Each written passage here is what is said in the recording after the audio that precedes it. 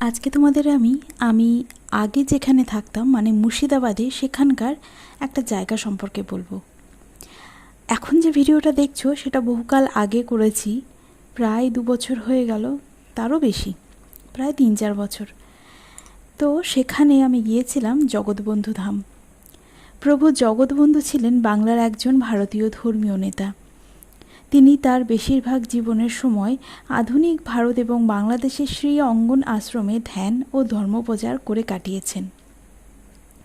তার শিক্ষা ঊনবিংশ শতাব্দীর শেষ দশকে কৃষ্ণধর্মীয় হিন্দু পুনরুজ্জীবনের আন্দোলনের প্রতিষ্ঠায় অনুপ্রাণিত করেছিলেন এবং পরবর্তীতে মহানাম সম্প্রদায় একটি সন্ন্যাস সংগঠন প্রতিষ্ঠা করেন।